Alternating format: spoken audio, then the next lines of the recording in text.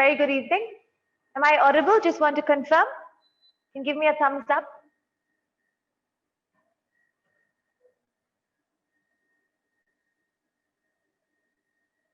Yes. All right. To everyone who has joined in, a very good evening. I'm Chef Michelle Perez, and you're joining me at the Academy of Pastry Arts in Bangalore. And I teach pastry over here, and I'm very excited to be teaching you a dessert today as part of your Aapka Chef online course.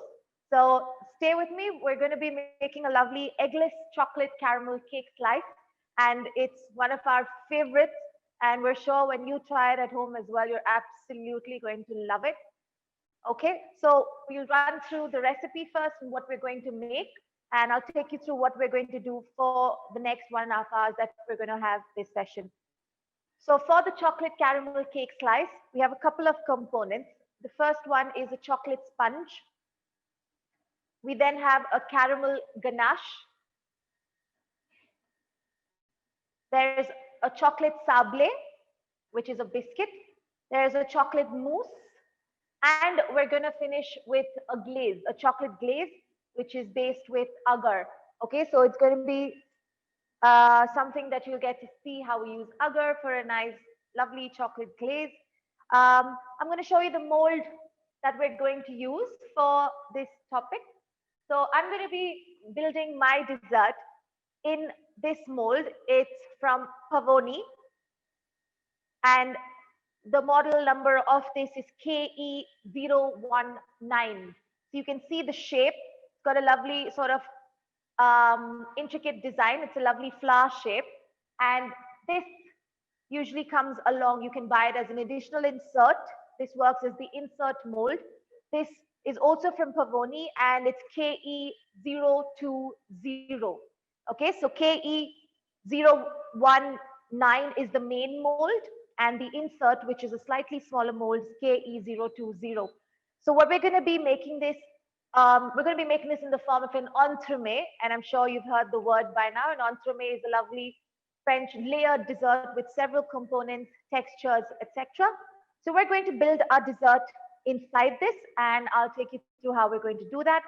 We're first going to cover the insides nicely with mousse, the chocolate mousse. Then we're going to make an insert with the caramel ganache and the chocolate sponge. So the caramel ganache and the chocolate sponge are going to be inside this mold. We're going to freeze it, and then we're going to place it inside this along with the mousse. All right. The chocolate sable, which is the biscuit, works as the base. So once this dessert is frozen, ready, glazed, we're going to place it on top of the sable. Okay, so now that I've cleared that, we're going to start with making the product. The first thing that we're going to do is the chocolate sponge.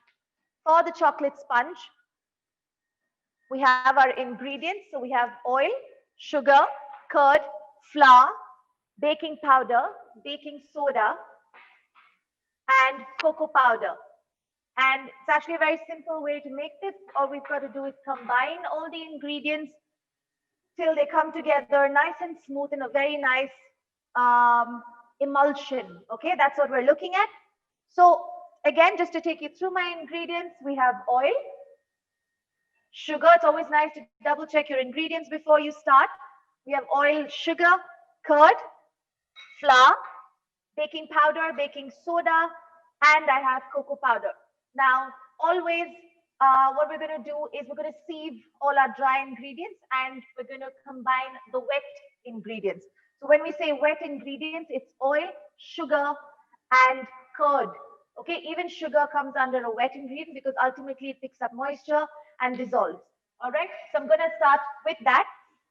For that, I have a bowl, and I'm going to use a paddle since I'm using a stand mixer. All right. If you want to do this by hand and you want to use a hand beater or a whisk, that's also possible. Like I said, you could do this with a whisk and just combine all the ingredients till you have a nice smooth batter. Okay, so I'm going to get the wet ingredients inside my bowl first. So oil,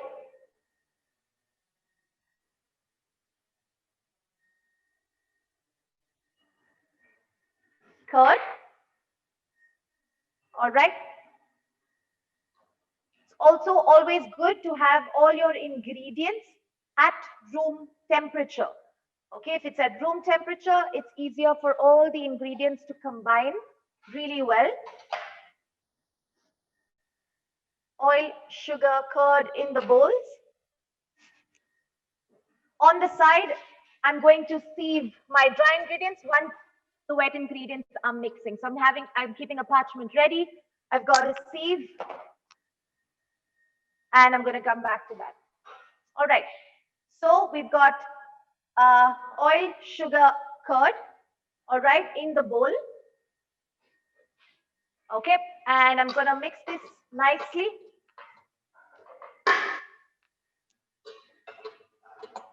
Since you have oil, water, sugar, and you have the dry ingredients, what we want to ensure is that there's a really smooth batter by the end of it. Because you have oil and yogurt has water, what is actually happening is that it needs to form an emulsion. So when you add in all your ingredients, you need to have a flowy batter, okay? If you see that it's slightly split, that means you need to mix it a little more, okay? So I'm just gonna leave that to mix on the side. And over here, I've got my dry ingredients. So flour,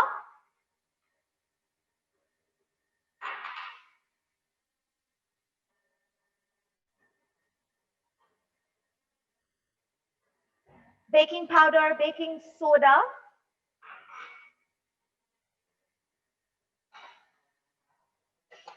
okay, and cocoa powder all together. Combine them really well.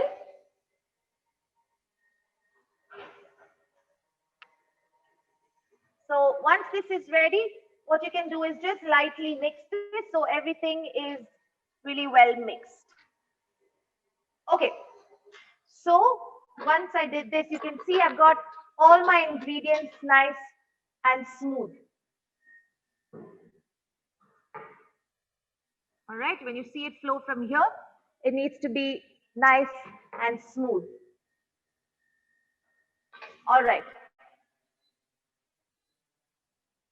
If you feel like there's still small lumps maybe appearing from the sugar, etc., you could just use a whisk and bring them all from the yogurt. Sorry, you could just mix them and bring them together. Absolutely fine. Okay, but make sure it's nice and smooth before you add in the dry ingredients. So I'm just gonna get this back. Get the dry ingredients in. And we're slowly going to mix this.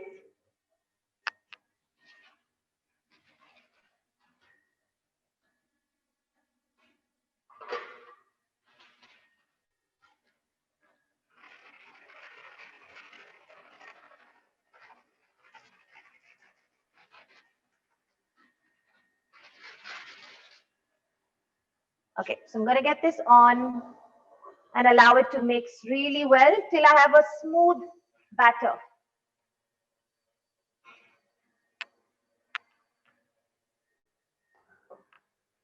What I have ready here is a mat. Okay, we also call this a flexi pan.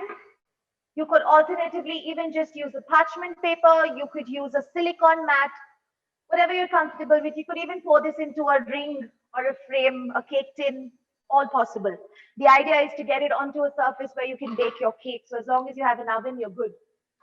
So we get this, I'm going to show you the batter in just a bit. Always remember to scrape the sides.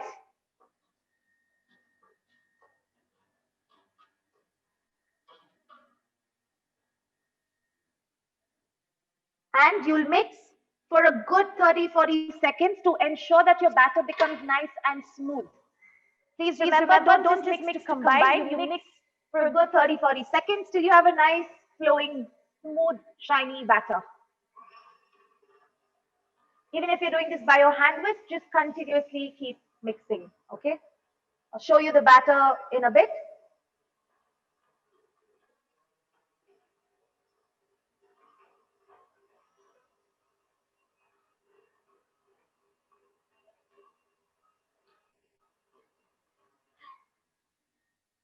Okay, lovely.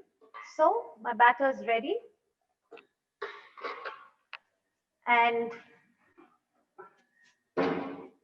I'll lift the paddle and show it to you so you can see. And you see I have a nice, flowy, shiny batter. This is what we're looking for. Absolutely smooth and glossy and just flowing like a ribbon. All right. Once this is done, just scrape out the paddle so you're not wasting anything.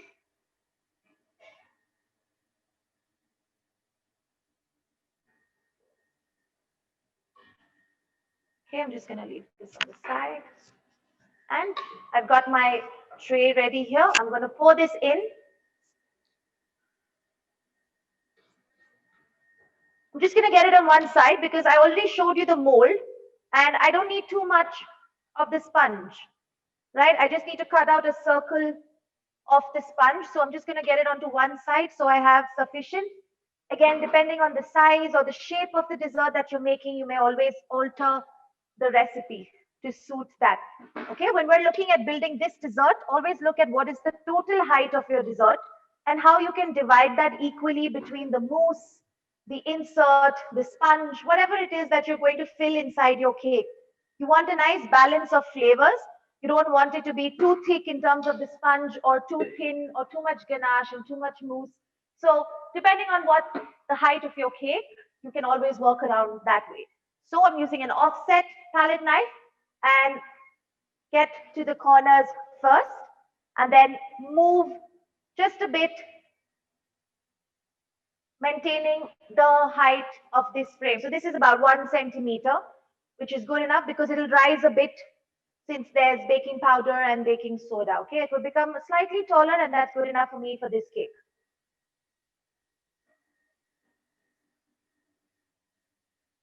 Alternatively, you can also pour this into a ring and slice it later, etc. Okay, so my sponge is ready. Okay, you can see the sponge. This is going to go into a preheated oven. The oven is always supposed to be preheated at 180 degrees for about 9 to 10 minutes. What we want is for this to have a matte finish when I touch and when I press. If my finger does not leave a mark and the sponge springs back up, I know it's done. If it still leaves a mark, put it in for another minute. Okay? Great. So once the sponge is done, now we're going to move on to the sable. For the sable, you have your ingredients. You can open up the recipe for your sable.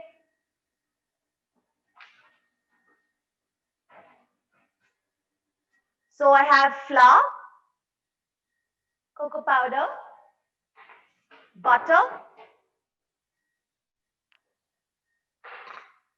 salt, and icing sugar. Okay, so simple ingredients. Ensure that your butter is nice and cold. It's always good to have cold butter when you make a biscuit base or a crumble, etc. It gives you a better texture and a good finish on your biscuit. Okay. So what I'm going to do now is put this into the machine. I have a paddle again. We're going to run through the ingredients and I'm going to sieve this like always. The butter needs to be cold. When I say cold, it shouldn't be rock hard, okay? You need to be able to slightly press into the butter and it should leave a mark. All right, so it's always good to have butter that's cold, yet firm enough to press down. That way you get a really good texture, okay? We're going to do a process called the rub-in method where we rub in the dry ingredients along with the butter. So I'm going to sieve my ingredients directly into the bowl. I'm going to add in the butter first. Okay, I'm going to add in the flour.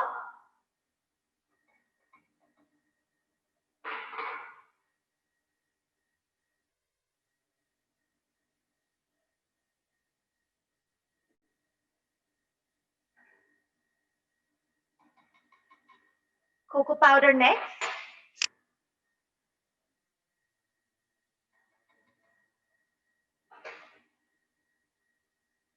and the salt.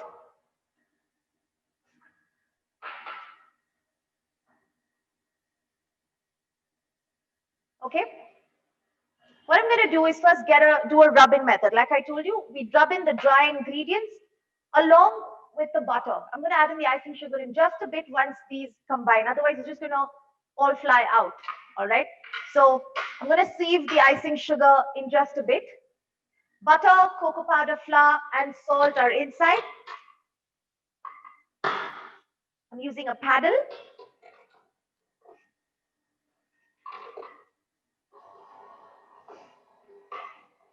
And we're just going to mix this till it resembles a sandy or a breadcrumb texture. So the reason it's called sable means sandy in French, and we want it to look like sand. Okay? So even if you're doing this with your hand, you can rub in the butter and the flour between the palms of your hand, and you'll start getting a really small texture, which looks like breadcrumbs or a sandy texture.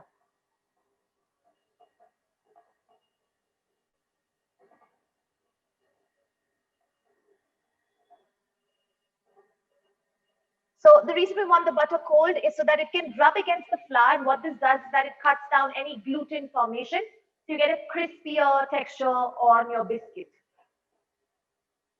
If my butter was very warm, then the dough would have come together almost immediately. It wouldn't have a chance to rub in.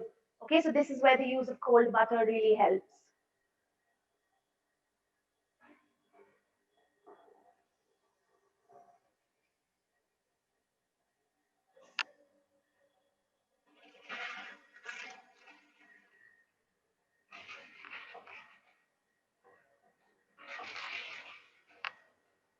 Okay, so when I see a texture like this, okay, I'm just going to show you. You'll see the textures become really nice and small. I have small bits of butter, flour, cocoa powder, okay? Right? And I can now add in the icing sugar and allow it to just, continue to rub in against each other till it all comes together like a dough. So getting it rubbed against each other is important to cut the gluten. Once that's done and you have small pieces of butter, add in the icing sugar and get your ingredients together to form a dough. Okay, I'm just going to add in the icing sugar.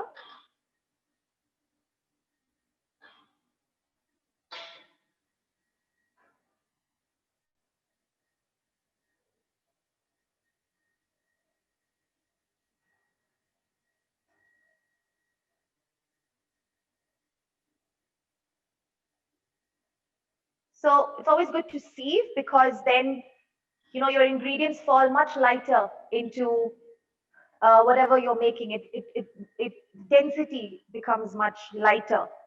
Okay, that's the reason we sieve any product, any ingredient before we actually add it to mix.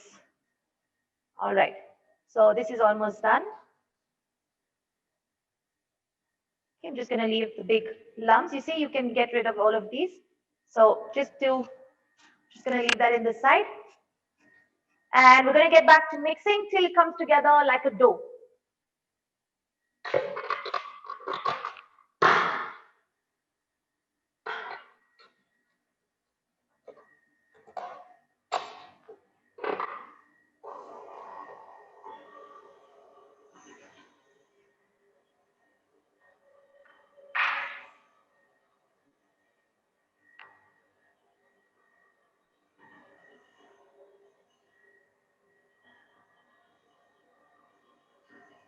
Okay, so I'm just going to increase the speed on this.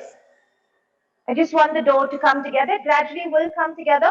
What you can do is always, if you want to just speed up the process, you can always add in a little, like a tablespoon of milk or just a little warm water, and it will come together almost instantly. Any moisture, it will start to bind. But the drier it is, we're just using basic ingredients like butter, sugar, flour, so we get a nice crisp sable. Okay. All right. So while that's happening, our sponge is also baking. Next we're going to start with the caramel ganache. Okay, so I'm just gonna keep this on the side and get my ingredients ready for the caramel ganache.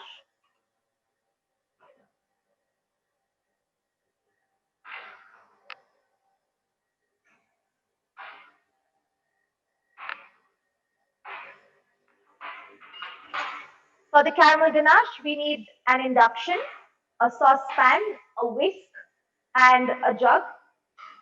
Okay, so we can mix it all together. All right. So I'm going to keep all of these so that I don't have to then move around. So you know this is your setup that you need to make this particular product. I have the chocolate and the sugar. Okay. So just waiting for this to come together on the side.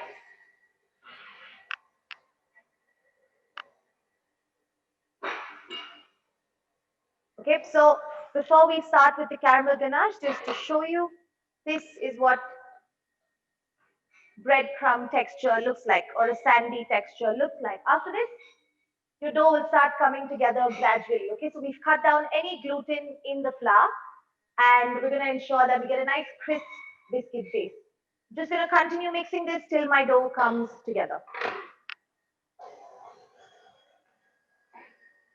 Alternatively, if you're doing this by hand and you finish the rubbing, start getting, softening the butter a little more and getting the dough together and getting it into one ball. Okay. While that happens, I'm gonna just keep everything ready for the caramel ganache and run through the ingredients with you one more time. For the caramel ganache, I have sugar, which we're gonna make the caramel with. We have cream. You need to ensure the cream is warmed, okay? It needs to be slightly hot so that it dissolves really well in the caramel. We have some glucose. It's just a pinch of glucose. What the glucose really does is it prevents it from any crystallization. Sometimes sugar tends to crystallize and form lumps. Okay, we have butter to ensure a nice texture and for that sheen or that gloss. We're using a combination of milk chocolate and dark chocolate, and I've got some sea salt. So we're going to start by making a caramel, okay? I'm going to put the glucose and the sugar in my saucepan and just allow it to melt and become a caramel, okay? Just going to warm this up slightly.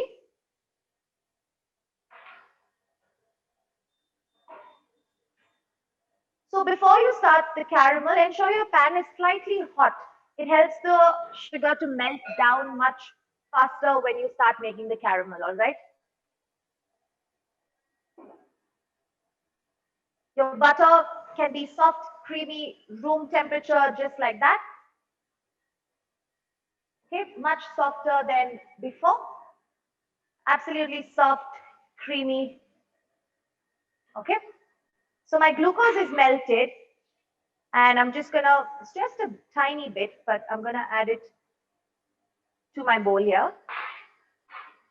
Okay, and my pan is now hot, and I'm gradually going to add in the sugar. If you are doing a really large quantity and you are making a caramel, add the sugar in parts, so you don't have to keep stirring, okay? Another way is to add in the sugar and glucose and just pour a little water to cover the surface of the sugar, so it melts down and gradually keeps melting and cooks and reaches a caramel color. Okay, since I have a small quantity, I can just put it, in parts, in larger parts rather. So put enough to cover the surface, and then once that melts, you add in a little more.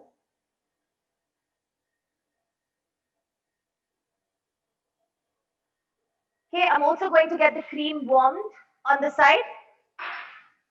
Make sure the cream is nice and hot when you are adding it to the ganache, to the caramel.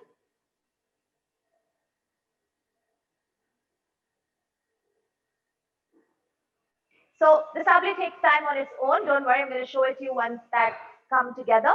Okay, it's slowly getting softened into a sandy stage, and then it will come together.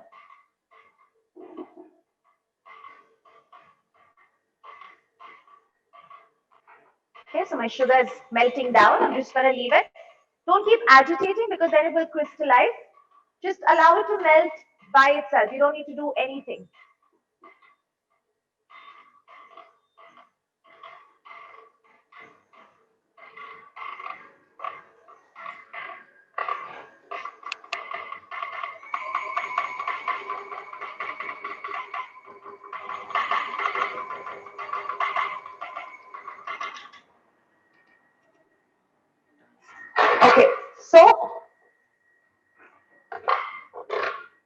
You see my sable came together from that breadcrumb texture. Okay, and now I have a nice dough. It's all come together like a dough. I just allowed it to mix, nothing else, and it will come together like a dough. What I'm going to do is flatten this out, okay, and you can flatten it to a thickness of 4 mm, which is what we're going to use as the base for our cake, okay. Try not to overwork your biscuit or sable dough. Okay, it's always nice to finish with a cold dough and put it inside the fridge and use it, or roll it out or bake it only when it's cold. So I'm just going to flatten this for a bit. Okay, so press down and just use a rolling pin. Okay, to pin this down. So I'm just going to press this down and sort of roll it out. And like I said, we want the thickness to be 4 mm, which you can measure on your scale. Okay, you can always use a scale against it and check what is the thickness, and you want it to be a circle because I'm going to do a circular mold. All right, so for now, I've just pinned it out. I'm going to get this sheeted to 4 mm and then I'm going to cut it and show it to you. Meanwhile, I'm adding more sugar to my caramel. Okay, and I'll show it to you in just a bit. Okay, this is going to go to the freezer, to the fridge for a bit, and then we'll sheet it out and show it to you. For the caramel, you want the hot cream, and you want your sugar to be a nice golden color. Okay.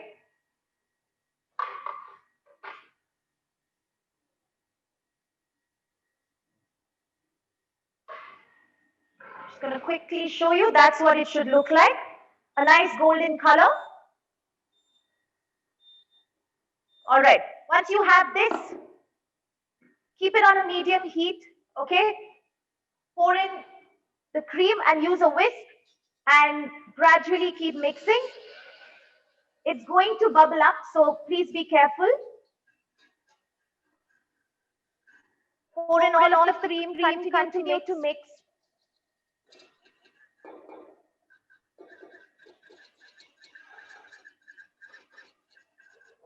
Okay, take it off the heat. I'm going to add in all of. So if I overcook this mixture, which means if I continue to cook it on very high heat, what's going to happen is that I will lose out too much moisture from my caramel sauce and it can end up very, very thick. Okay, so you want to ensure that you have a nice fluid sauce before you pour it over the chocolate to make a ganache. So I'm just going to ensure all of this cream is nicely mixed in.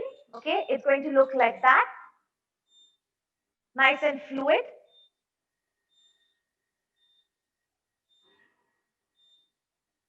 Okay. And once this is done, I'm gradually on a medium heat. So my induction is only at about 700 or a medium flame. Add in the pieces of butter. Mix it all together. As soon as the butter has melted, just take it off the heat.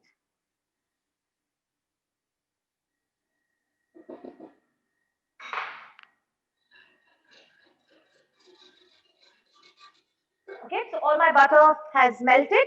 I now have a fluid sauce, and what I'm going to do is I have a jug. I'm going to put the chocolate all into this jug so it's easier to blend.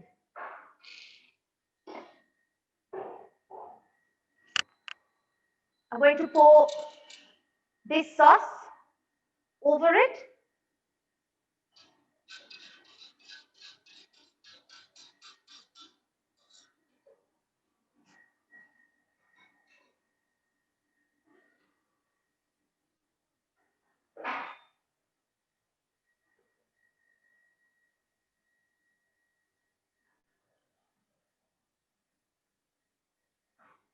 Also, the sponge is just baked and I will show it to you. All right. So I'm adding in, I poured the sauce over the chocolate.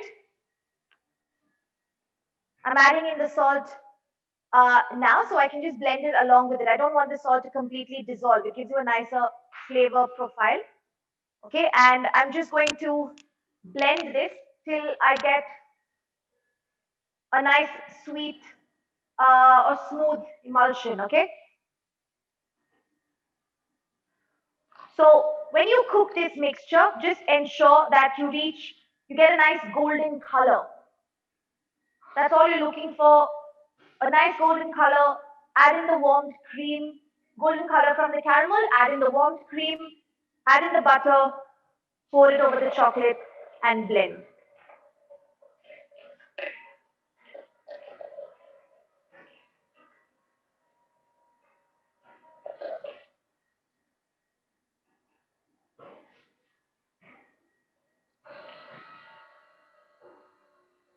What you want is a smooth, shiny, glossy finish on the ganache, okay?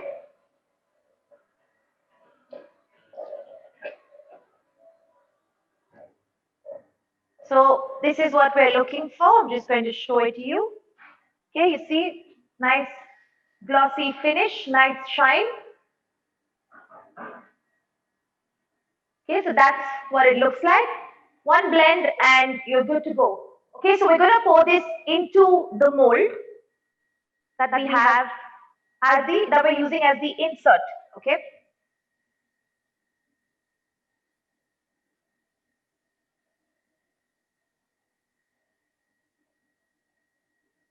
So for this mold, I need about 200 grams. That's enough.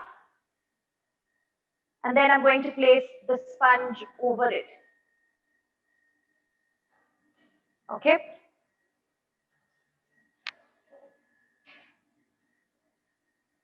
Just ensuring everything is mixed really well.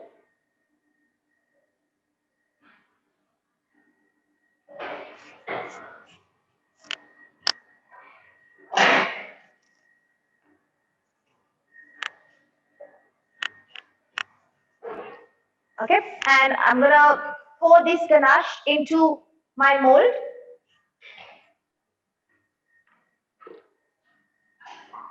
This is the insert mold, like I told you earlier. So I'm gonna pour the ganache into this.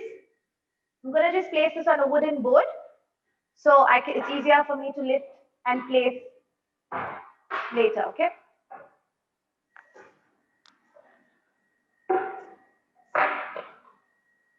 All right.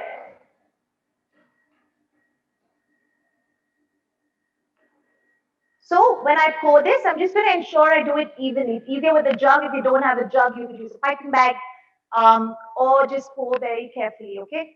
So ensure you get it all poured nicely on one end.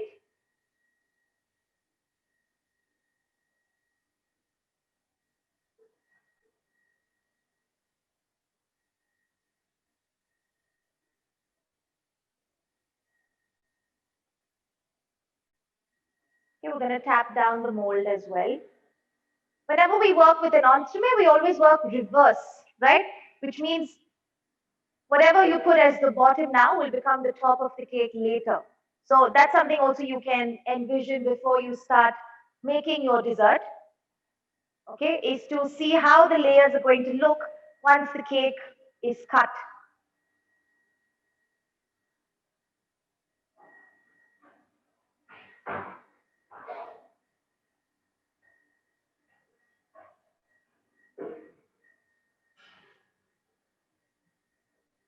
Okay, so this is done. I'm using the ganache here as the insert, and I'm going to put this into the freezer so it can set quickly. And on top of this, I'm going to place the sponge that we just baked. But I'm going to do that in a bit.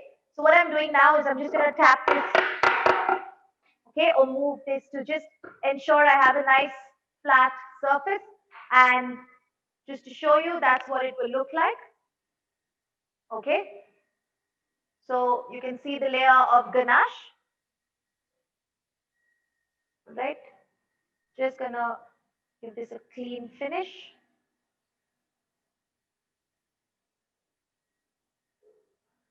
And this is going into the freezer once it's semi-set. Okay, I know that it's not, when I touch it, it's not going to, poke right through.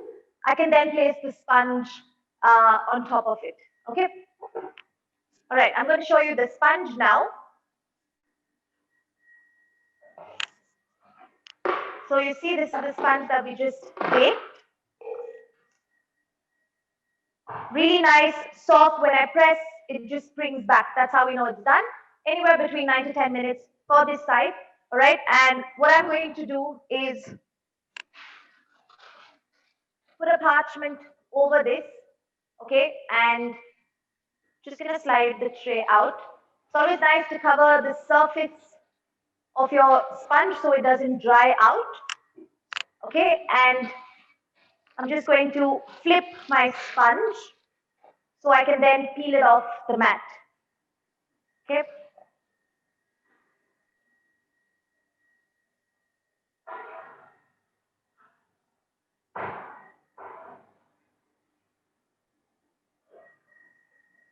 Okay, so you'll see I have a nice finish on the sponge. It's absolutely soft. Okay, really nice texture. And this ring is the same size as the insert mold where we just poured the ganache. So like I told you, we want the ganache as one layer and I want the sponge as another layer. So I'm going to cut out a circle and keep it ready. So when my ganache is semi-set, I can place the sponge over it. Both of these work as the insert. So the main mold, like I showed you, has this in the center, right? It's like a donut. So I have a cutter that will ensure my sponge also fits through this mold. Okay. So once you cut with one ring, ensure that you place the second ring and cut it as well. Make sure it's in the center. Look from the top, it's easier to see. And push down and done. Okay. So I'm going to take this out and just cut one more in case.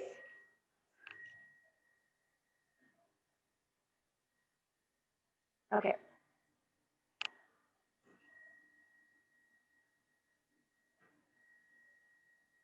Okay, so my sponge is ready. And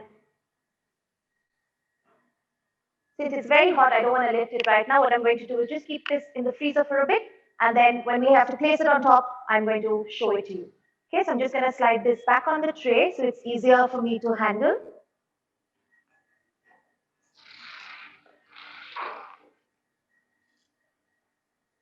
Okay, and this is going to go into the freezer for just a few minutes. However, if you're making this, at your own pace, feel free to store the sponge either in the fridge until you want to use it, or in the freezer for a longer shelf life, or you could leave it out for a while, and when you're ready, cut it and use it. Okay, any of those work. Okay. Right, so we baked our sponge, we made the caramel ganache, all right, and we made the chocolate sable. And once the sable is sheeted to about 4 mm, we're going to bake the sable at 165 degrees for about 12 minutes. Okay, so you want the sable to be cold, firm when you put it for baking. Okay, you can even bake it frozen. I like to bake it frozen between two sheets. All right, I'm going to use something called an air mat, which gives me a nice pattern on my sable. Plus, it ensures that the sable does not rise. Plus, it works as a natural docking method. Okay, so any steam that wants to escape can escape, but it's stuck between two mats. I'll show you what an air mat looks like. You could use an air mat, or you could use two parchment papers, or you could use two silicone mats. All of that works. All right. So before that, we're now going to do the glaze. Okay.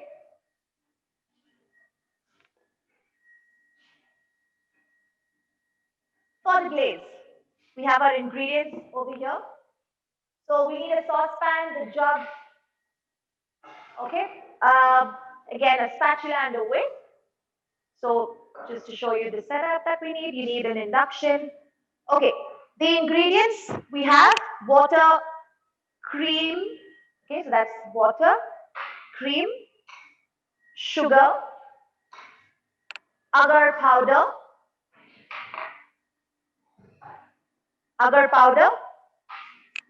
dark chocolate, cocoa powder, and another quantity of water. So the smaller quantity of water here, which is the 90 grams, you're going to use to sort of dissolve the agar powder and keep it. It makes it easier to then add in later, all right? So I'm just going to put the sable in, the agar powder into the water, and just allow it to sort of dissolve.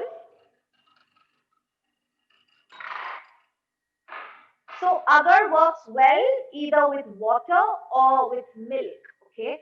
It helps, it'll sort of gel up, dissolve well, and it becomes easier to use rather than directly adding it to any other component, okay? So that was the agar and the smaller quantity of water, which I'm just going to leave on this side. You could also use veg gelatin in place of the agar, works absolutely okay. Right, so I've got my saucepan, and into the saucepan, I'm going to add sugar, cream, water. So sugar, the cream,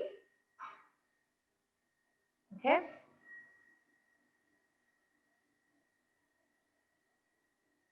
We just want all these ingredients to dissolve before which we can add the agar and sort of thicken the mixture, all right. Water, cream, sugar. We'll add the cocoa powder in just a bit. Once this mixture is slightly warm, we will then add in the cocoa powder.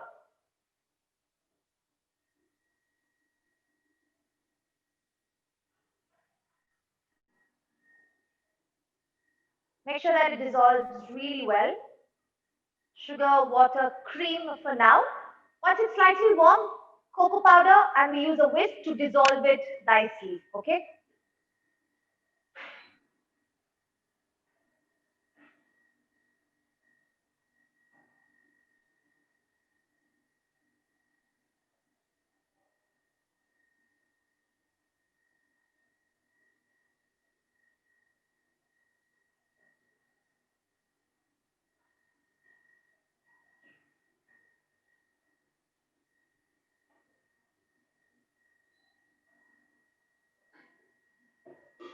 I've got the flame on just about 700, the induction. Okay, you can even keep it a little higher, but not too much that the water evaporates. And I'm going to add in the cocoa powder to dissolve it nicely.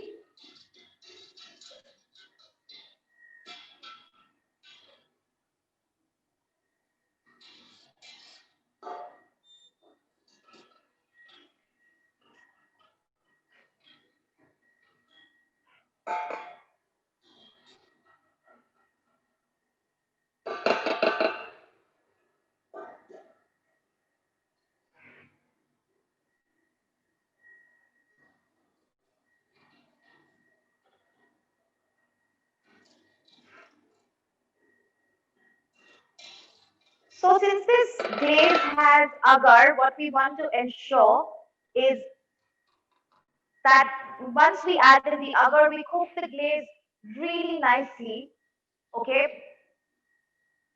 so that it thickens well. If you just put the agar and take it out, it's not going to be thick enough to pour later. So ensure that when you add in the agar, you heat it up really well. So my cocoa powder has dissolved. Okay, I can see the steam. It's good enough to add in the agar, and then we're going to bring it to a good boil, cook it for about 10 to 15 seconds, and then take it out. Okay. So once you see that there's a good amount of steam, that means the cocoa powder has also dissolved.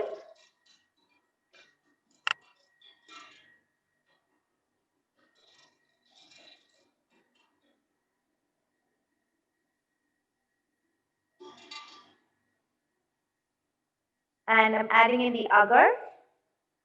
And I will continue to mix. When you mix, try not to agitate too much. You don't want too many air bubbles. Just mix, let it come to a boil, let it thicken.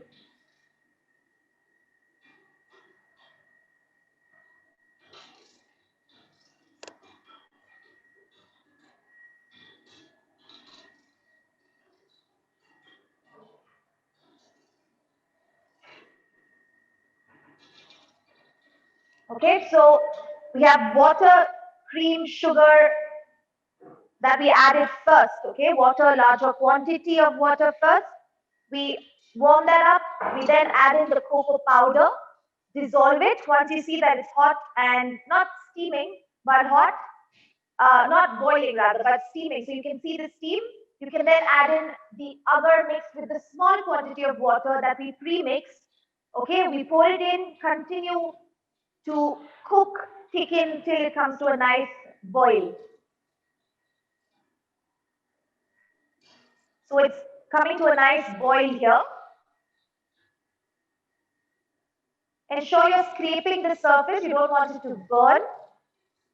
Okay, cook it really well. And I'm going to transfer the chocolate into a bowl and pour this mixture over it.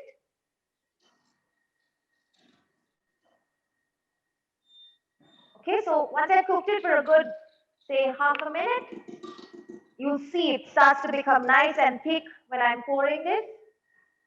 Okay, so I pour and then I'm going to blend.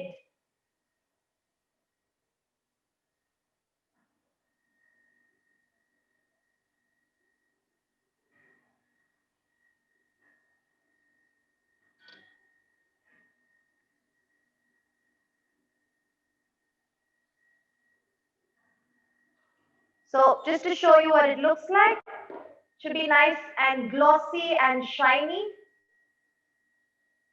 smooth, slightly thick, okay? You see the consistency, it's nice and thick, gelatinous as it's falling down. All right? Once you do this, you can blend it along with the chocolate.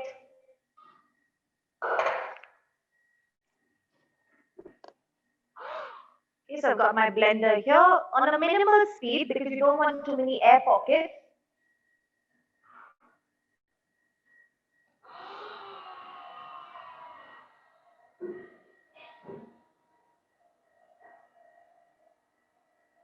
Till you get a nice smooth emulsion. So the thing with agar is that it starts to set anywhere below 50 degrees, it starts to thicken. So if you want to use it between 45 and 50 degrees and ensure that your product is nice and frozen, all right?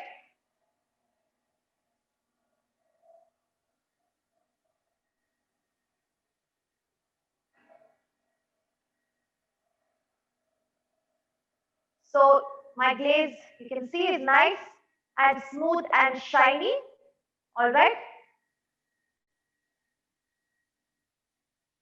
And I'm just gonna leave this in the side. Okay, it takes time for glaze to cool down, so I just prepared another batch so I can pour that over the frozen cake and show it to you.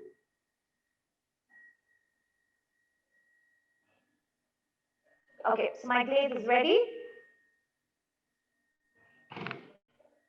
Just gonna surface wrap this glaze, allow it to cool down. And if you want to use the glaze, you can use it when it comes to around 45, between 45 and 50 degrees. You'll see that it's nice and pourable. Okay. If you want to rest the glaze and use it at another time, what you could do is allow it to cool down, surface wrap, and then put it into the fridge. And when you want to use it, warm it up slightly. You need to remelt the entire glaze, blend it, and then again allow it to slightly cool down and use it. Okay, because with agar, it sets like a jelly, and when you remelt, it's going to be in lumps. So remelt till it's completely liquid, blend it once, and then you'll be able to use it when it's about 45 to 50 degrees. Okay? All right. So we're now going to move on to the mousse.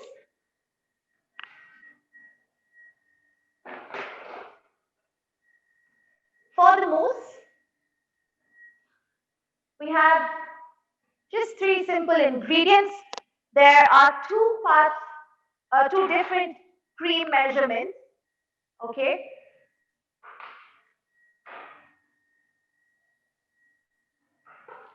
One, we have 100 grams of cream. We have 200 grams of chocolate, and there's another whipping cream which is 200 grams. So ideally what we're doing is we're making a ganache with the smaller part of cream and the chocolate. Once we make the ganache, we're going to whip up the other part of cream and we're going to fold it into the ganache. Now, what we want to ensure is that the ganache temperature is around 40 to 42 degrees because it has chocolate in it. So when I fold in the whipping cream, if the ganache is too cold, as I'm folding, it will start to have a split texture. Okay, so you want to ensure that when you make the ganache, your cream and chocolate, your cream should not exceed 65 to 70 degrees, okay? Or you can just feel the pan and see the steam. That's about the average temperature. What we don't want is a boiling temperature, okay? It will take too long for the chocolate to then, or the ganache to thicken, right? So I'm putting the chocolate into a bowl. What I'm going to do is just semi-melt this chocolate very lightly before I transfer it out to the bowl, okay? And I'm going to warm up the cream lightly. So what I need for this is a saucepan to make the ganache, which is with the smaller quantity of cream and the chocolate. And I need another bowl where I will whip the other part of cream, okay? Cream. So I'm going to transfer the cream to a KitchenAid bowl and semi-melt the chocolate on this side. So I'm semi-melting the chocolate because you can see the quantity of cream is much smaller than the amount of chocolate. So if I just warm up the cream and pour it over, it may not be sufficient heat to melt all of the chocolate. So when you semi-melt it and you heat up the cream to about 65, 70 degrees, you know when you blend that it will come down to an average of 35 to 40 degrees, which works well. In case it's still hot, you can wait for the ganache to cool down. In case it's too cold, you can just warm it up slightly in the microwave. Okay, that's how you go about it. I'm just going to fix my bowl here.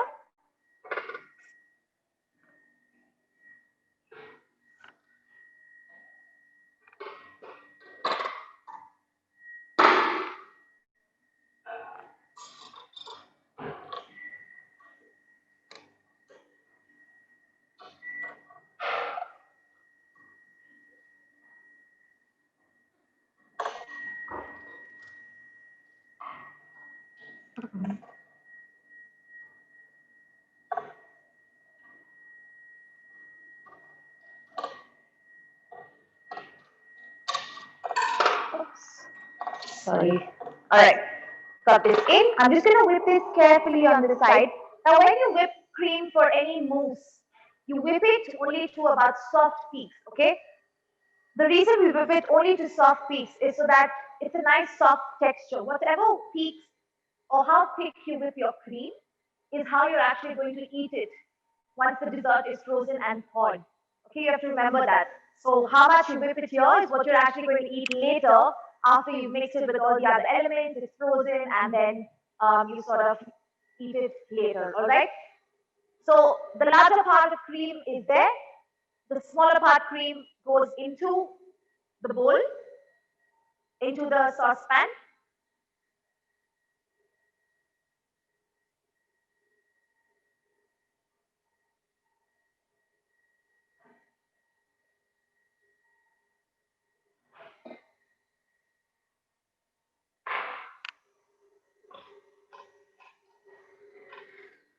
Okay, so my cream is whipped and ready. I'm gonna put on the induction. Okay, and I'm just melting the chocolate. So warm up your cream till you can feel slightly hot or you feel steam coming on top, and that's good enough. thermometer.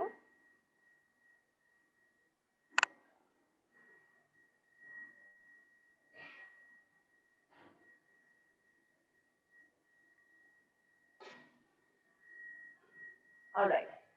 So I just have a thermometer with me just for reference, okay, so I can guide you better. So for this mold, I've taken 2 times the mousse recipe, okay, which is why it looks slightly larger. So instead of 100 grams of cream here, I have 200 grams of cream here, okay. And instead of 200 in the bowl here, I have 400. My quantities are just slightly larger. Okay. So I've melted the chocolate. So you can see just semi-melted, okay, not too much. We still have bits of chocolate in between.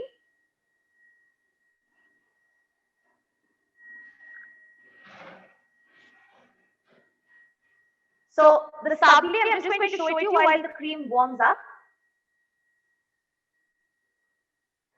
I put it between 2 air mats.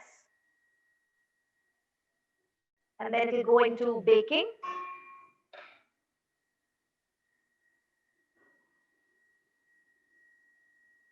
I'll just quickly finish my sable, finish this ganache and I'll show it to you so you don't get confused. Okay, so just got my ganache here, the cream is warming up. Okay.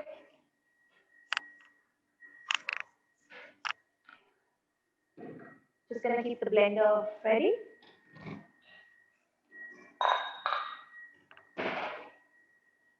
Okay, so there's steam coming. Okay, keep it at a medium flame or higher and then wait for it to cool down either ways, but medium flame and you have more control. I don't want it too hot. So once I see that there's sufficient steam, okay, the temperature is about 62 degrees, which is good enough for me to work with. All right, so now I'm going to pour it into the bowl with the chocolate and I'm just going to blend. What I'll do is that I'll pour it in 2 parts so the chocolate doesn't become too liquid immediately. You can use your spatula and just slowly mix. Keep it down flat in the center, mix in circles as you go so you emulsify it really well. You'll start seeing a nice glossy finish. Okay. Okay, so it starts to look like that.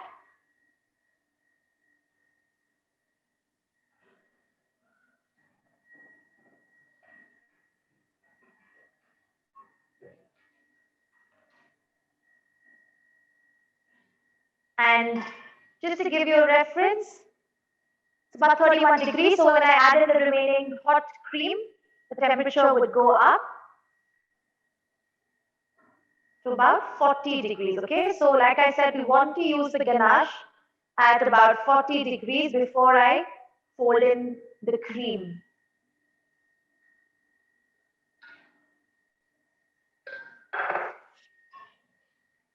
Okay, just gonna mix this in and I'll give it a good blend.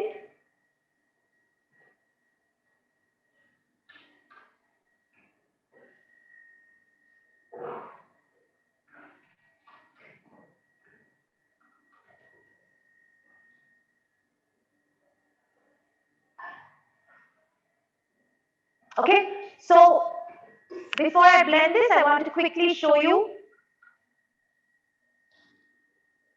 the sable, which is in between the air mats. So this is nice and emulsified. You can see a nice, smooth, shiny ganache. Okay, just for reference. All right, so just gonna blend this and then be ready to fold into the mousse. In the meanwhile, I'll show you the sable and I can show you the insert where we place the sponge, okay? So I sheeted this out, I just rolled it out to about 4 mm, okay? It'll start to crack if I lift it, but that's what it will look like, nice and smooth. And what I've got here is an air mat. Okay, so it's a perforated mat. You get these from Silicamara or from Pavoni. This is from Pavoni. Okay, they're also called a sill pane. So you can place them one on top of the other, and this is frozen. And when it goes for baking, it doesn't allow it to rise too much, doesn't allow it to lose shape. Okay, before I send it for baking, what I want is a base for my cake, like I told you. So this size fits the base of my cake. Okay, this is my mold. This fits the base of my cake. All right. So before I place the mat and put it for baking, I'm just going to cut out, make a mark of the circle. Okay, so I have the sable size, right? And I'm going to make a mark in the center because it has to also, like I told you, sit inside that bottom part. So place it in the center. Okay, and cut. And this is now going to go for baking. Also, when this goes to bake, after this comes out from the oven, what we're going to do is we're again going to cut over it. Okay, you want to press down once more when it's sort of still soft out of the oven, so you'll get a cleaner cut. Okay, this is going into the oven at 165 degrees for about 12 minutes. Okay, so once we're done with this,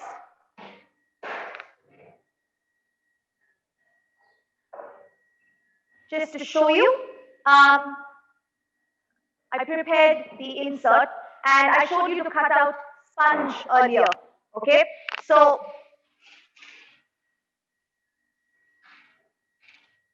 the insert that I have is, this was the caramel ganache in the sponge. Before I demold it, you'll see both the layers here. It was in the freezer. Okay, caramel ganache, and I placed the sponge that I cut and showed you earlier. Once it's frozen or cold, rather easy to handle, place it over this, freeze both of them, and then you'll be able to demold it. Okay, so what I'm going to do now is just demold this to show you what it looks like. So this is my insert, which will go inside this once I layer it with mousse. Okay, I'm just going to keep this aside in the freezer for now. And we'll finish the mousse, layer the cake, and you'll get a better idea. Okay, so to layer the mousse in the cake, we have our ganache. Okay.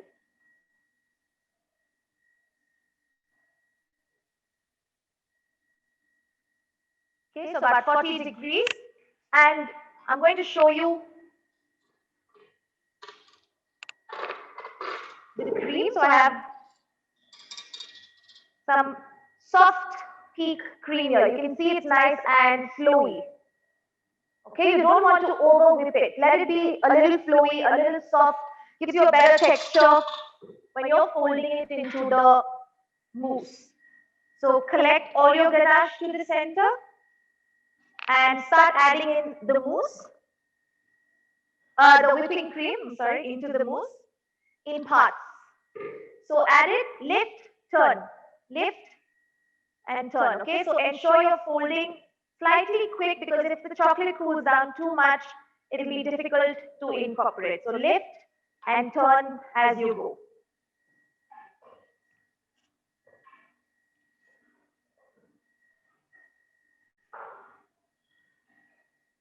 Cut through it, lift and drop, lift and drop. You'll see it starts becoming a nice smooth mousse texture. Don't overmix, add in the remaining cream. If you're doing a very large quantity, you can do this in about 2 or 3 parts.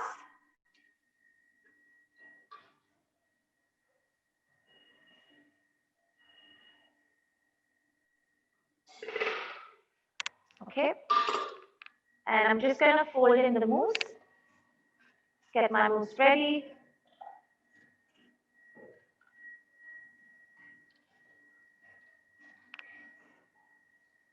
till you see no streaks of cream. Just ensure you mix really well. Okay, I'm going to put this into a piping bag so that when I fill the mold, I have nothing left on the sides or touching anywhere else. Okay, so to show you, this is what the final texture of the mousse should look like. Silky smooth. Okay.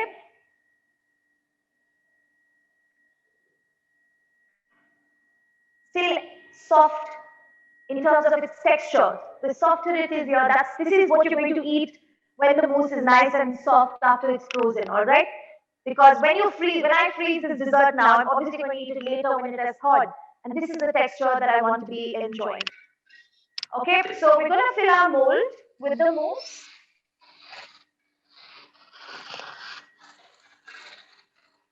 Okay, I'm just going to place this here.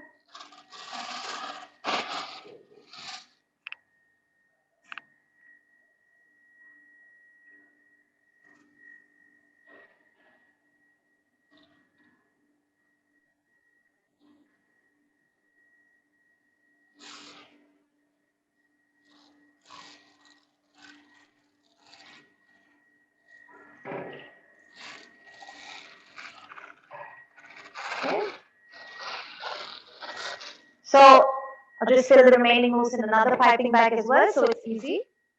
So one piping bag is ready. Got my mousse.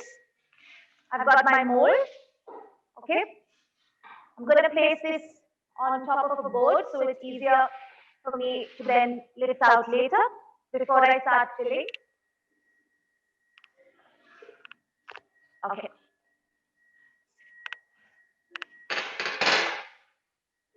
Once this is here, what you also need is a spoon or an offset palette knife, because we're going to now fill a layer of the mousse.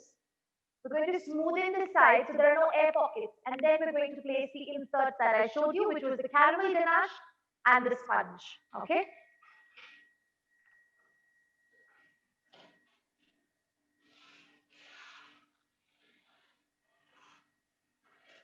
So just cutting out the piping bag, filling the mousse to about halfway the mold.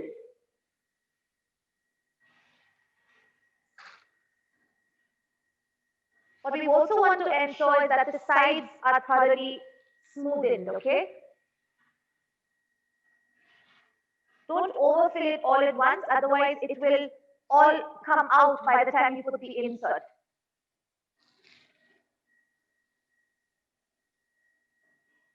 All right, so that's ready. Either a spoon or an offset, what you can do first is tap down to release any air pockets. Okay, so you can see this is what it looks like. Filled inside. Now you can see the sides are yet to be filled, right? So I'm going to use the spoon and push against the sides. Similarly, push upwards from here. So we have mousse everywhere before we push in the insert, okay?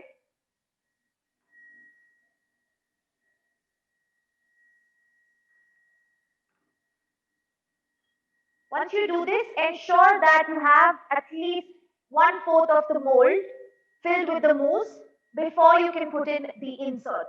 Why? Because you don't want the insert to go right to the bottom and sink, and then it can show on the outside.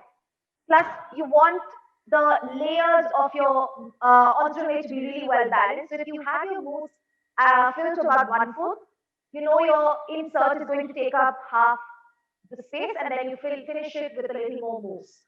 So I've got my mousse ready here, filled to about halfway of the mold. Okay.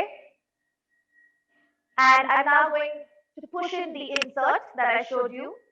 So the caramel ganache with the sponge. Okay. So like I told you, we work reverse because the bottom is actually the right side or the top side of my mold. So I want my ganache to be on the top and sponge at the bottom. So for now, the ganache is going to go in just like this. Make sure you just place. Simple. Now we're going to finish with some more mousse and level it.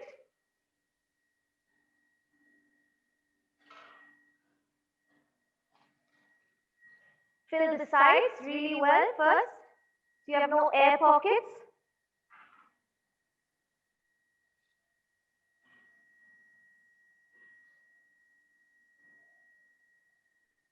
And then using an offset, you can level your mold. Okay, so I'm using an offset, and before that, again, very carefully, just slightly tapping it to then level my mold, okay, to fill out. So if you see it's going a little inside, I'm going to fill a little more mousse so I can just scrape it out clean.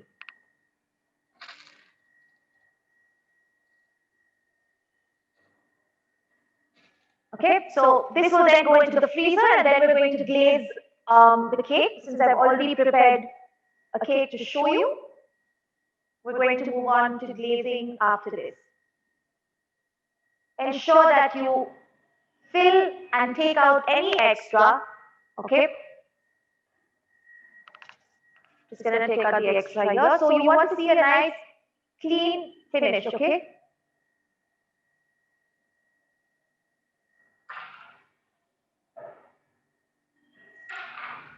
Turn the mold, ensure the center.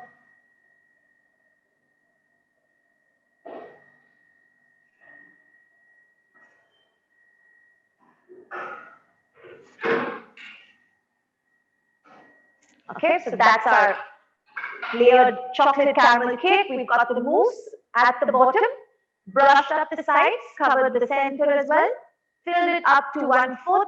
Then you place the insert, which was the caramel ganache and the sponge together. Then you fill it up with some more mousse and level it. Another way is you could even have 2 layers of caramel ganache and a sponge in between. Okay, so it's completely up to you of how you want to play around with the dessert. I feel like this brings out a good balance of flavors. This is now going into the freezer.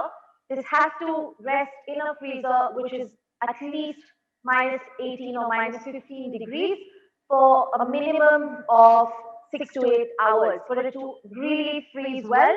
If you're working in a home freezer, rest it overnight or at least for a day and a half, so it freezes thoroughly and you can demold it and get a clean finish. Okay, so this is going to go into the freezer, and I'm going to show you the glaze. Okay,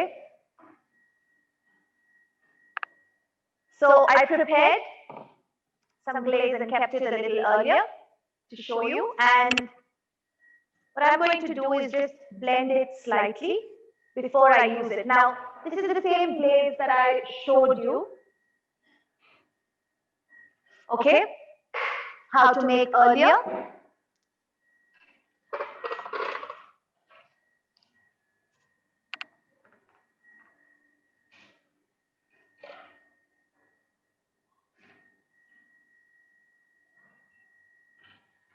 Okay, just gonna fix this very quickly.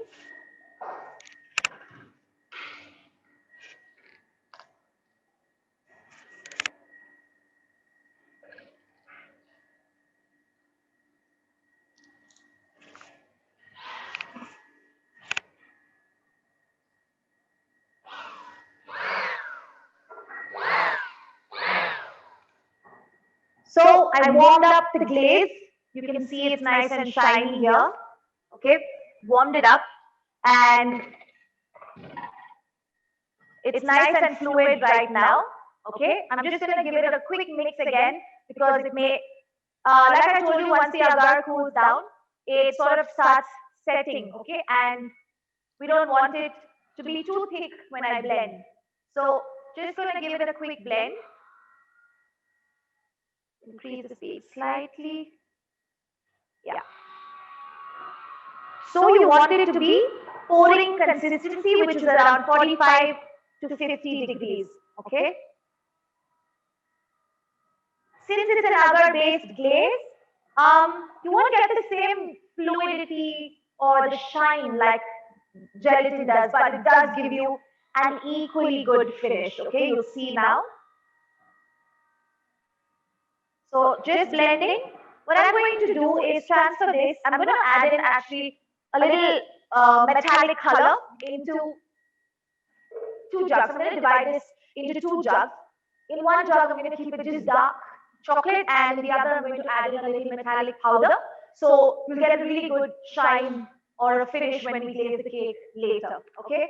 So I'm going to take out a bit of this glaze.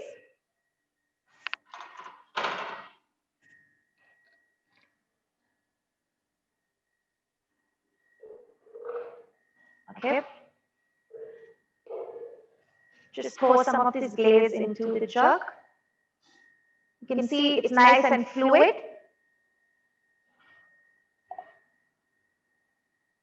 I'm going to add in some color, which is a powdered metallic color. Okay. Right. So this gives me a nice shine on my product. Actually, take up some over here if you can see. Okay, that's what it looks like. It's a nice metallic finish. I'm going to add in some of it into this and blend to get a nice shine. Okay, really nice metallic finish on the glaze.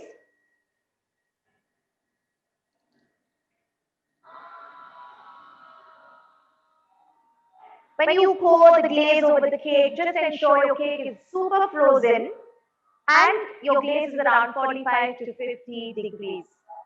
That's what we're looking at.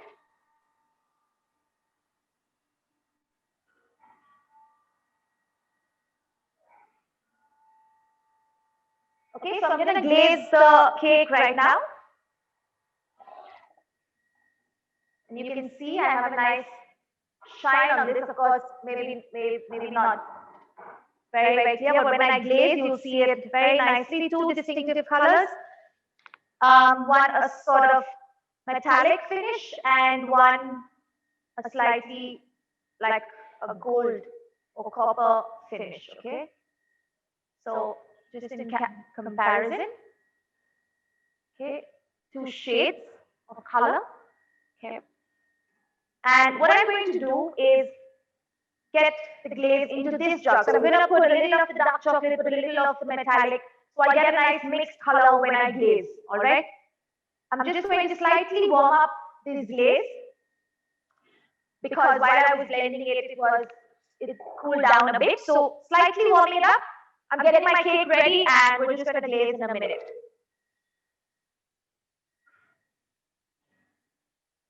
Alternatively, if you don't want to add any metallic color, you can even, since it's dark chocolate, you can always add in some color to give it strength. So like a red, you'll have to add quite a bit, either a red or a blend of yellow and orange and red to give you some shades of, to bring out any color through that dark chocolate. Okay, but it's absolutely possible to go ahead and do the same. Okay, so I just have a grill ready here, and I've got my cake.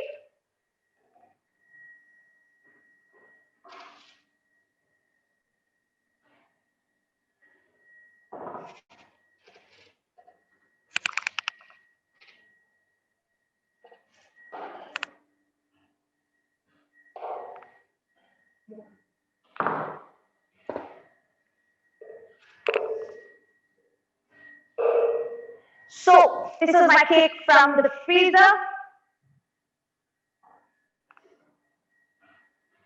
Just going to demold this with the help of a knife. Okay. Carefully put the knife on one end, don't cut the mold, and just peel it off. Okay.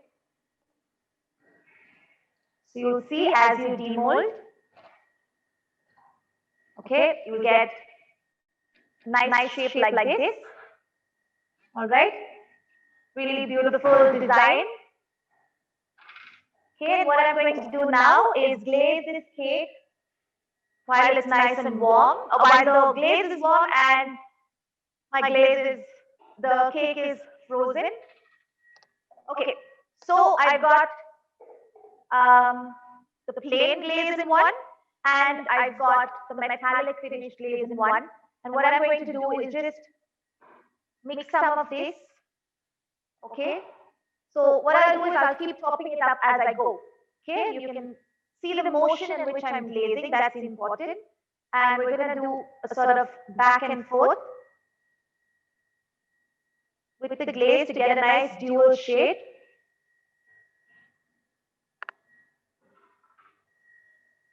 Okay, ensure that you stretch your hand really well.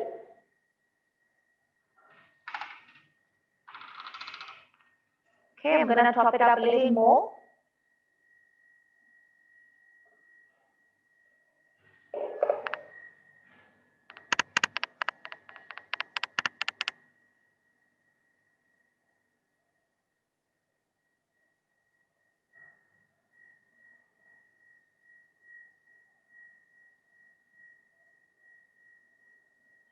Go over every section of the cake, back and forth, to ensure that you're covering each section of the cake.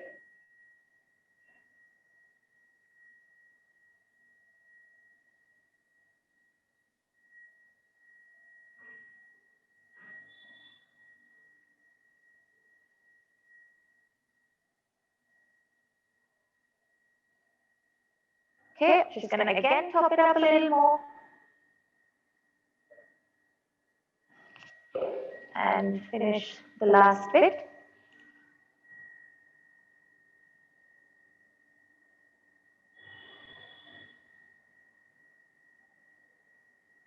Always go over the previous line to ensure that you've covered it sufficiently, all right? And if you've left out any spots, sometimes that's bound to happen. You can just use a small knife or palette knife to sort of touch up those areas where you feel like, you know, the glaze is missing.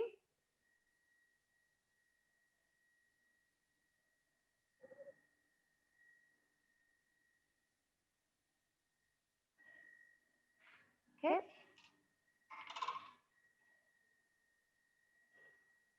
Just gonna turn this tray so I can see it.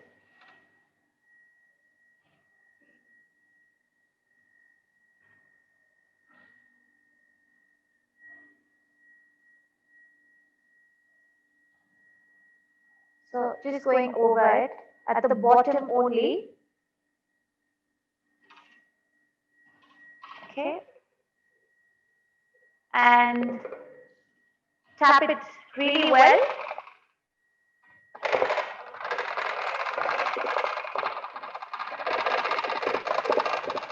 You need to wait for a bit to ensure that, tap it really well for a bit to ensure that the glaze is all dripping down. Okay, you don't want any part where the glaze, once you place it on the plate, the glaze should not be still dripping, okay? So what we're going to do now is take out the cake, and I'm going to place it on my cake base.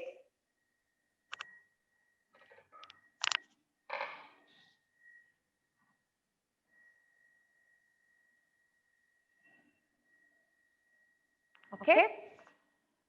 What I've done is I've got a cake base ready, and the sablé that I showed you earlier, what I baked. So I've just placed it on this cake board, so I can then place the finished cake. All right.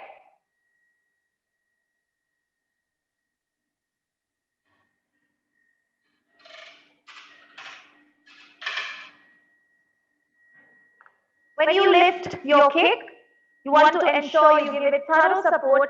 So slide your offset palette knife on the bottom.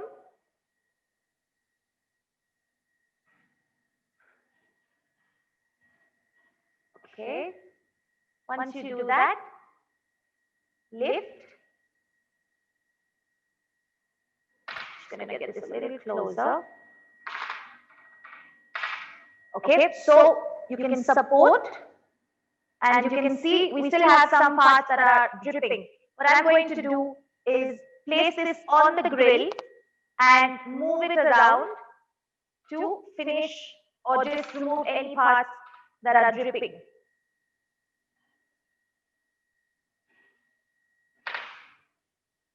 Okay, once I do this, I'm going to carefully place it on the cake.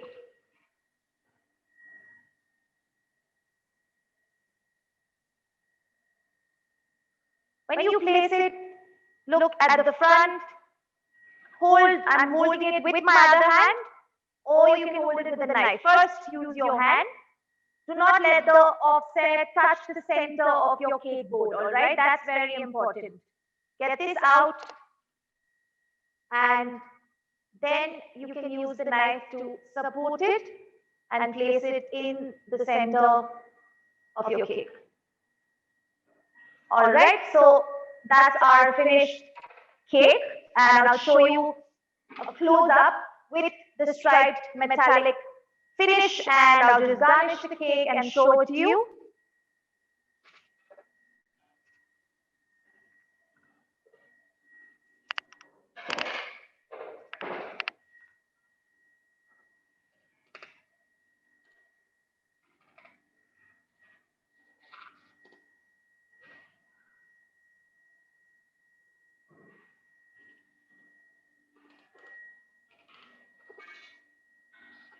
Okay, so I just got a few garnishes to make it look really nice. Okay, so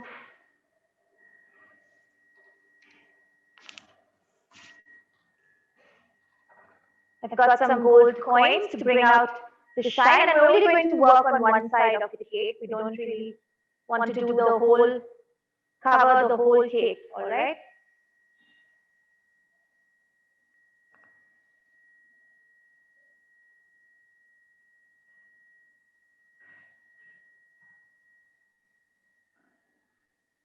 Got some feathers.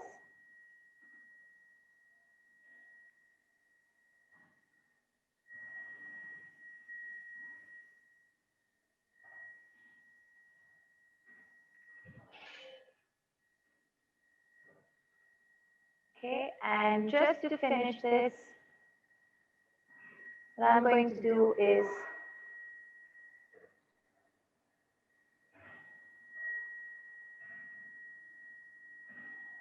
so using a stick or a nice chocolate stick always brings really nice depth to your cake.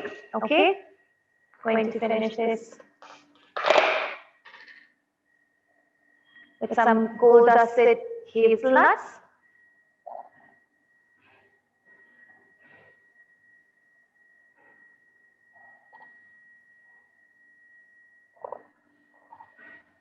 Some gold leaf.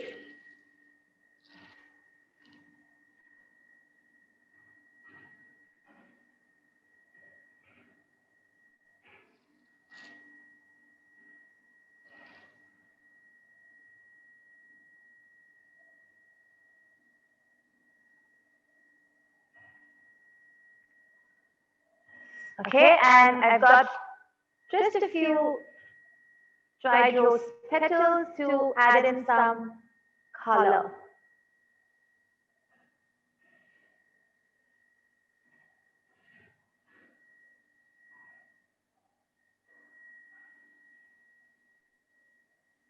So we don't want to cover the, the reason I'm only garnishing this on one side is because we've done this lovely stripe design on top of the cake, and we really want that to show.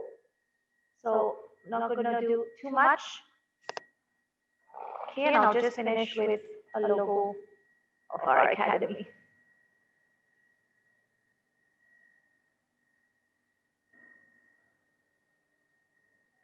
Okay, so that's finished cake. What you could always do is, if you want to make another border for the cake, you could do that. If you want to put in some crumble across the border, if you want to do some cocoa nibs along the border, you could also do that as well. But try and, since you're doing such a beautiful glaze, you don't want to really cover, and since the shape of the cake is also really lovely, we don't really want to cover that too much. So just minimal to really bring out the design of the cake. All right, so that brings us to the end of this. If you have any questions, I would be happy to answer. If there are any questions, you may let me know, please. The baking temperature and time for the sponge was 180 degrees for about 7 to 10 minutes. 9 to 10 minutes. 180 degrees, 9 to 10 minutes. Okay. How do you store the leftover glaze? So you can store the glaze in the fridge for up to a week. It's absolutely fine. Alternatively, you could even store it in a nice Ziploc or storage pouch in the freezer for up to a month. When you want to use it, you warm it up, melt it down completely, okay, till you see that it's nice and fluid. Blend it, and then allow it to come down to about 50 degrees before you pour it over the cake. Okay. How is the dessert served? So the dessert is served cold. It's an entremet. It's any dessert that you'd get in a pastry shop, right? It's like a boutique dessert. So you'd serve this between 10 to 12 degrees. That's an ideal serving temperature for a pastry. So once we make this dessert, now I have the option of leaving it out for a while to allow it to thaw, or I could keep it in the fridge. So it'll take at least 2 hours for this cake to thaw completely before I can eat it. And the temperature is around 10 to 12 degrees. The mold that I used was Pavoni, P-A-V-O-N-I, okay? And the number of the mold was KE019. The insert mold was KE020. So the brand is Pavoni. How long will it take to come to room temperature? About 2 hours. What cream is used for mousse? So for the ganache, you could use a dairy non-whipping cream. When I say that, it has to be a cooking cream.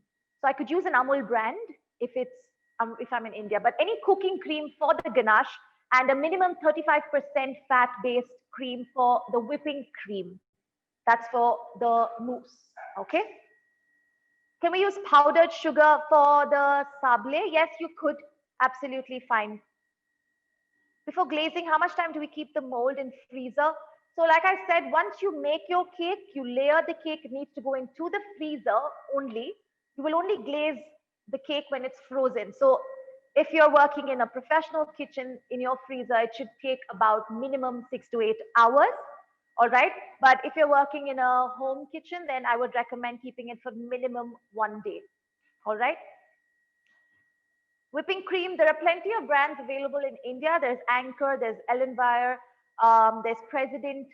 Okay, so you can see what whipping cream brand. We use a dairy-based 35% fat minimum whipping cream, which works really well.